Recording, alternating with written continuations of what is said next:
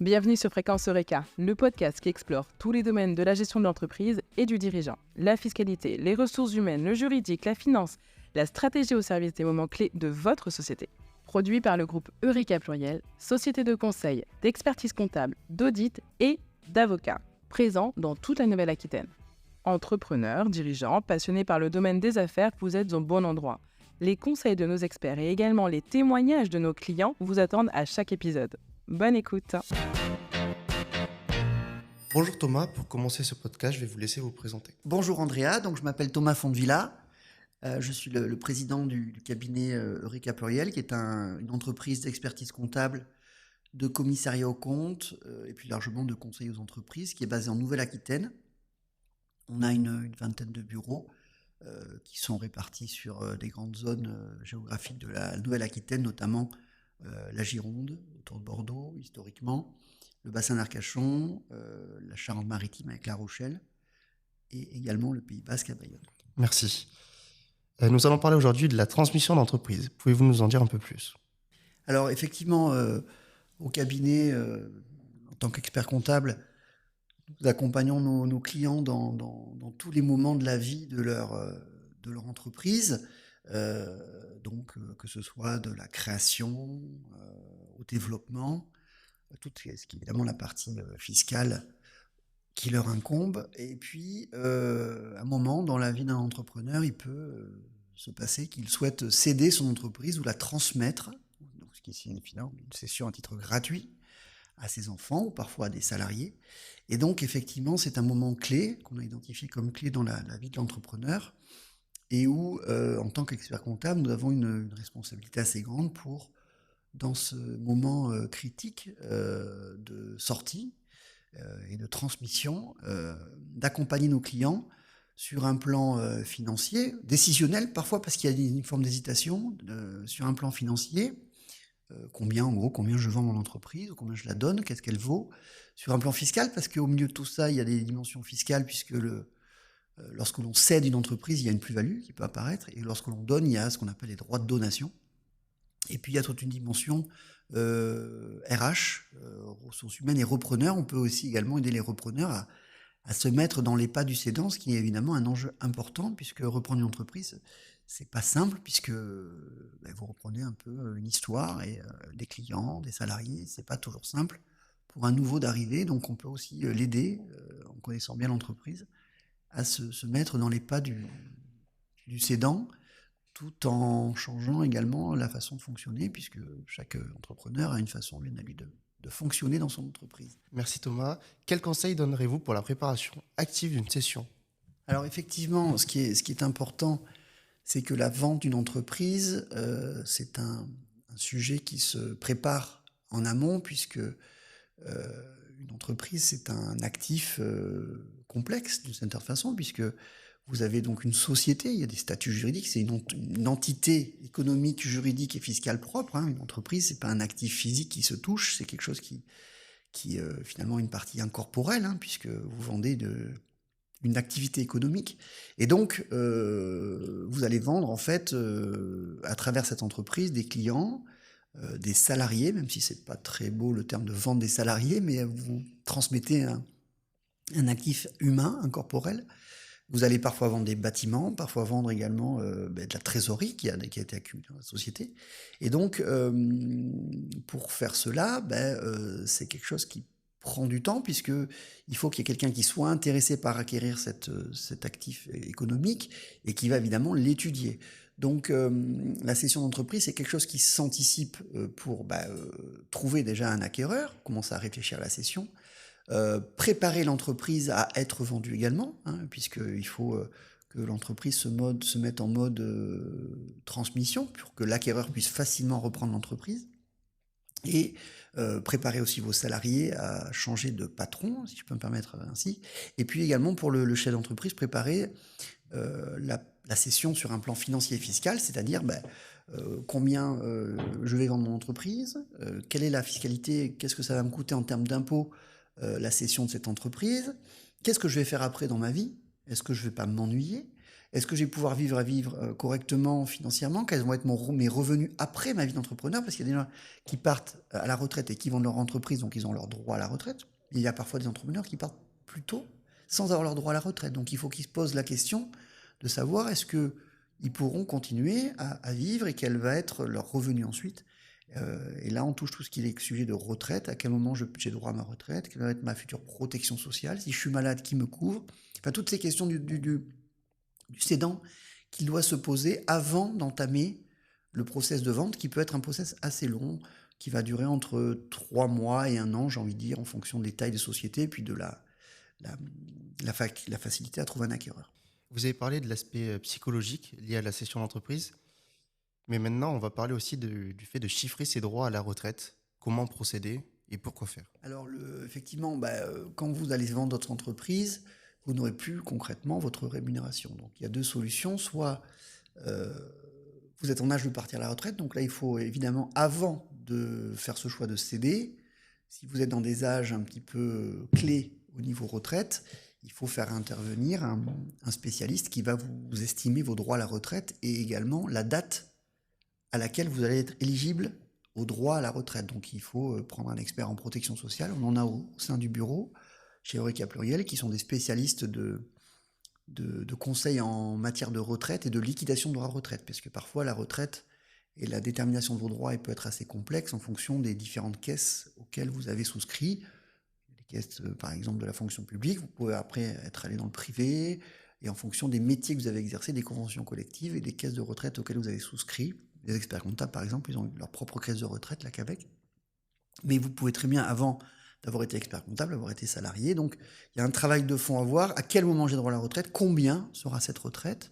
Ce qui peut évidemment soit vous pousser soit vous contraindre à attendre un peu la vente pour avoir droit à la retraite, soit également, sinon, à vous dire qu'il faudra continuer à travailler, car votre retraite ne sera pas à taux plein.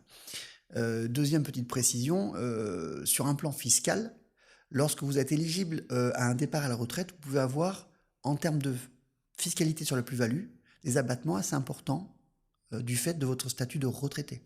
Donc effectivement, quand on envisage de vendre la société, il est très important de savoir à quel moment vous pourrez devenir retraité, car si vous cédez 2 ans avant les droits à la retraite ou 2 ans après, vous aurez un abattement très fort sur votre plus-value de cession, en respectant bien sûr quelques conditions. Ce serait trop simple sinon. Merci. Le diagnostic de l'entrepreneur et de l'entreprise, c'est quelque chose d'indispensable. Quels sont ses objectifs et son rôle? Je reviens 30 secondes auparavant sur l'aspect psychologique de la cession d'entreprise. C'est un point très important. On dit souvent, parfois, est-ce que le vendeur de son entreprise est un vrai vendeur? Comme dans l'immobilier. Des fois, vous avez des gens qui vont vendre, qui veulent vendre, mais qui ne sont pas prêts psychologiquement. C'est vrai pour l'immobilier, parce qu'il y a parfois un attachement à certains actifs. C'est encore plus vrai pour une entreprise, parce qu'un chef d'entreprise, encore plus quand c'est une entreprise familiale, il y a en fait une dimension psychologique de se séparer finalement d'une partie de sa vie, dans laquelle souvent les chefs d'entreprise ont investi énormément d'énergie. Comme le dit souvent, on perçoit bien les victoires d'un entrepreneur, ce qu'on appelle le haut de l'iceberg, mais il y a souvent des moments plus difficiles et qui ne sont pas totalement perçus par les parties prenantes. Mais ces moments difficiles font partie de l'histoire du dirigeant et ils peuvent créer un sentiment très fort d'appartenance à l'entreprise. Et donc, se déposséder de cet actif est parfois très dur psychologiquement. Il peut y avoir un peu comme les sportifs de haut niveau, une après-carrière un peu difficile, donc il faut un peu s'y préparer. Et puis il y a la dimension aussi, une forme d'ego. Certains entrepreneurs, surtout ceux qui ont des grandes entreprises, le fait d'avoir une entreprise visible peut apporter une certaine reconnaissance. Et quand on l'a plus, c'est parfois plus difficile. Donc c'est important de bien mesurer cet environnement psychologique. Sur la partie, effectivement, appréciation de l'audit, ou comment vous avez exprimé ça, André? Le diagnostic, bien entendu. C'est-à-dire que quand vous allez vendre votre entreprise, vous avez pris cette décision ferme. Votre entreprise, comme tout actif ou toute même personne, va avoir des points forts et des points faibles, si vous voulez. Donc, quand vous allez vouloir la vendre, il faut ce qu'on dit communément, rendre la mariée assez belle pour qu'un acquéreur veuille la prendre en épousaille, vous voyez le genre. Donc, évidemment, il faut mettre en avant vos points forts et essayer de gommer vos points faibles. Donc, si vous avez par exemple, je dis n'importe quoi, une activité où un client est très prépondérant dans votre chiffre d'affaires, bah, il faut évidemment, avant de céder votre entreprise, essayer de baisser votre dépendance à ce client, travailler donc vraiment sur vos points faibles qui pourraient être des points de négociation en fait avec un repreneur, car dans une opération de cession, il y a une partie de négociation, évidemment de bluff et de négociation d'achat, comme pour toute transaction. Et donc, moins vous avez, j'ai envie de dire, de points d'accroche pour votre contrepartie pour qu'il puisse négocier, et plus vous serez attractif et en position de force pour avoir le prix et les garanties que vous allez lui donner les moins fortes. Donc c'est très important tout simplement de gommer les points de fragilité. Alors dans ces audits, il y a une partie financière bien sûr, donc essayez bien entendu les années pré-cession d'avoir des performances les plus régulières et les plus importantes possibles. Il y a une dimension RH, donc avoir une bonne sécurisation sur les personnes clés de votre entreprise. Il y a tout ce qui concerne la partie juridique, d'avoir évidemment un dossier parfaitement tenu au niveau juridique, des comptes extrêmement clairs, tout ce qui va être présenté en fait aux acquéreurs potentiels qui vont parfois se mettre en compétition pour vous acquérir. Merci. Vous avez parlé de diagnostic, donc cela doit s'inscrire peut-être dans un ordre chronologique précis. Faut-il se faire accompagner pour toute cette session? Alors voilà, effectivement, nous au sein du cabinet, on a une activité de conseil à la cession, puisqu'on a maintenant des consultants qui ne sont pas experts comptables et qui ne sont pas collaborateurs comptables, qui vont accompagner des clients qui ont envie de céder leur entreprise dans un process assez structuré de cession d'entreprise, où il va y avoir ces étapes en fait à la fois de prise de décision, d'analyse, de diagnostic des forces et des faiblesses de votre entreprise. Donc c'est quelles sont vos forces, quelles sont vos faiblesses, quelles sont les menaces de votre secteur et quelles sont les opportunités pour un acquéreur à vous acquérir. Est-ce que par exemple vous pouvez, vos concurrents, en vous achetant, pourraient avoir des synergies, etc. Donc nous, on aura ce travail avec les clients. Ensuite, on va avoir un travail de préparation de la partie fiscalité du dirigeant. On va en reparler. Et puis ensuite, notre cabinet peut vous accompagner dans la recherche d'acquéreurs et dans la négociation. Évidemment, comme dans toute négociation et comme dans toute opération de cession, il peut y avoir des techniques pour vendre plus cher.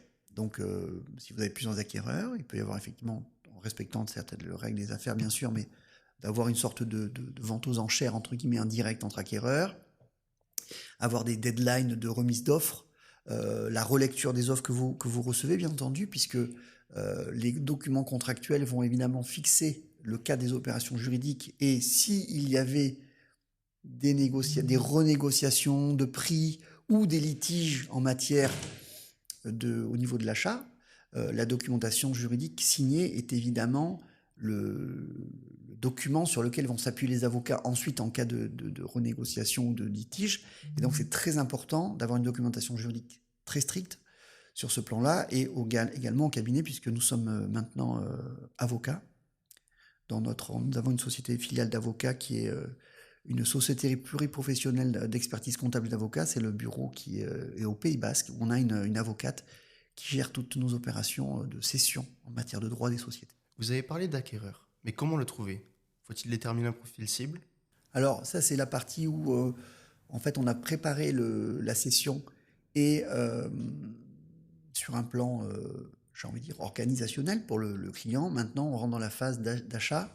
Donc effectivement, sur ce sujet, toute entreprise en fait peut avoir des acquéreurs naturels. C'est-à-dire que, et c'est pour ça que certains clients, parfois, nous apprennent un petit peu sur le tard qu'ils ont vendu la société sans nous avoir prévenus, parce que parfois, ils vont avoir un concurrent qui va les démarcher, ils vont avoir un client ou un fournisseur qui veut, vous savez, intégrer une chaîne de valeur.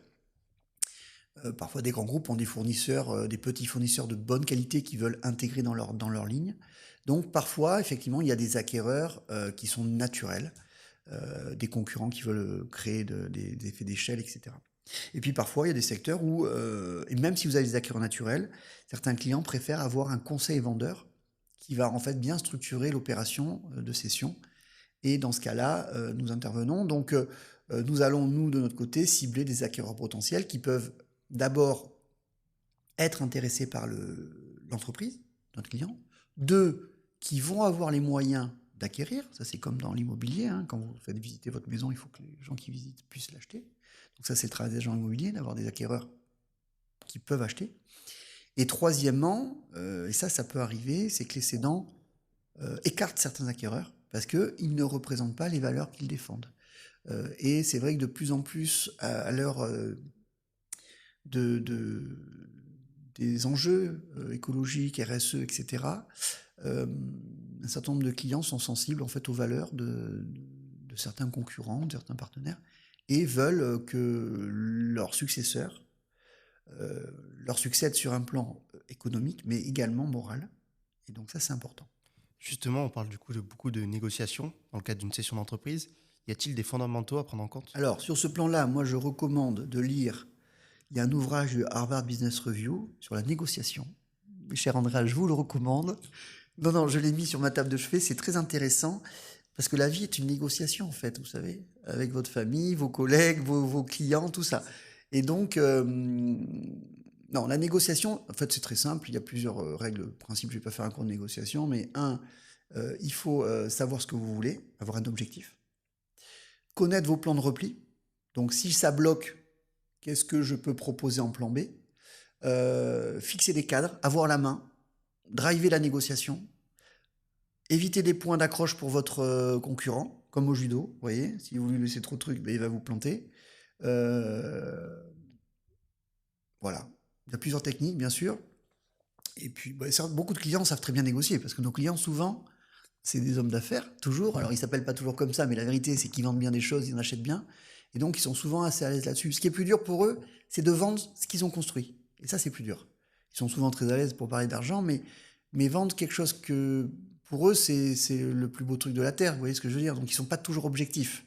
Et quand on négocie, il faut garder aussi l'esprit critique en disant oui, ce qu'il me dit, cet acquéreur, oui, effectivement, j'ai une fragilité au niveau, je dis n'importe quoi, de ma chaîne de production, c'est pas totalement faux ce qu'il me dit. Donc peut-être que je peux en tenir compte dans le prix, vous voyez. Donc bien sûr. Pour finir, que pouvez-vous nous dire pour conclure cet épisode sur la session d'entreprise? Que c'est un moment très important. Si on salue l'entreprise, c'est déjà qu'on l'a créée, ou qu'on l'a rachetée, qu'on a fait une vie avec, une vie ou un moment de vie. Donc, c'est évidemment un moment important. Il faut savoir vendre parfois. Il y a des clients qui ont été forts sur le moment de la vente. Donc ça, c'est évidemment aussi une force des entrepreneurs, c'est savoir quand vendre. C'est pas facile ça, parce que quand un marché va changer, est-ce que mon marché où je suis, il a de l'avenir ou pas? Est-ce que c'est pas le bon moment de vendre? Ou pas. Après, il y a les moments de vie aussi. Les gens, gérer une entreprise, ça demande des efforts très importants, sur un plan physique un peu. Hein. Ce matin, je vous ai écrit un petit mail assez tôt, hein, Andrea. Et sur un plan psychologique. Donc peut-être qu'aussi, j'ai envie de dire, c'est parfois un peu comme une course de vélo. On ne peut pas toujours être le premier de la file à rouler. Et parfois, il faut être mettre un peu en arrière. Donc après, est-ce qu'il faut vendre? Est-ce qu'il faut faire monter des collaborateurs? Est-ce qu'il faut transmettre à sa famille? Ça, c'est un autre podcast qu'on fera peut-être sur la transmission intrafamiliale. Mais c'est important, je pense que les entrepreneurs, les chefs d'entreprise, ce qui est important, je pense, ce qui est très important, c'est un peu comme je fais des métaphores sportives, mais c'est de regarder autour de soi et ne pas avoir tout le temps la tête dans le guidon. C'est-à-dire que il y a des footballeurs qui regardaient jamais le ballon, comme Michel Platini, je ne sais pas si vous l'avez connu, vous êtes un peu jeune peut-être. Eric Cantona et compagnie, c'est des joueurs qui ne regardaient pas le ballon, ils regardaient autour d'eux. L'entrepreneur qui est un peu visionnaire et qui a un temps d'avance, c'est celui qui va regarder autour de lui, qui va apparaître tout le temps sur son entreprise et qui va lever la tête et dire bon, est-ce que c'est pas le moment aujourd'hui que je me fasse remplacer ou vendre ou que je transmette? Ça, c'est très important. Et garder l'esprit clair sur un peu comme un marin, ou alors pour quand il y a des tempêtes, ne pas baisser la tête et puis de se dire c'est un beau temps, je continue. La tempête va arriver, est-ce qu'il ne faut pas que je me fasse racheter par un plus gros? Aujourd'hui, on sait qu'il y a beaucoup de rapprochement d'entreprises parce que la taille est un sujet de force, hein, pour pour surmonter un petit peu les enjeux de plus en plus forts qu'on a aujourd'hui sur le digital, la concurrence des clients, etc. Donc c'est important, bien sûr. C'est sûr, au final, tout est question d'anticipation. Oui, anticipation et puis de réflexion, avoir une vision aussi moyen terme, long terme, ne pas voir à court terme les choses. D'accord, mais merci beaucoup Thomas pour ce podcast. Je vous en prie, Andrea, à bientôt. À bientôt.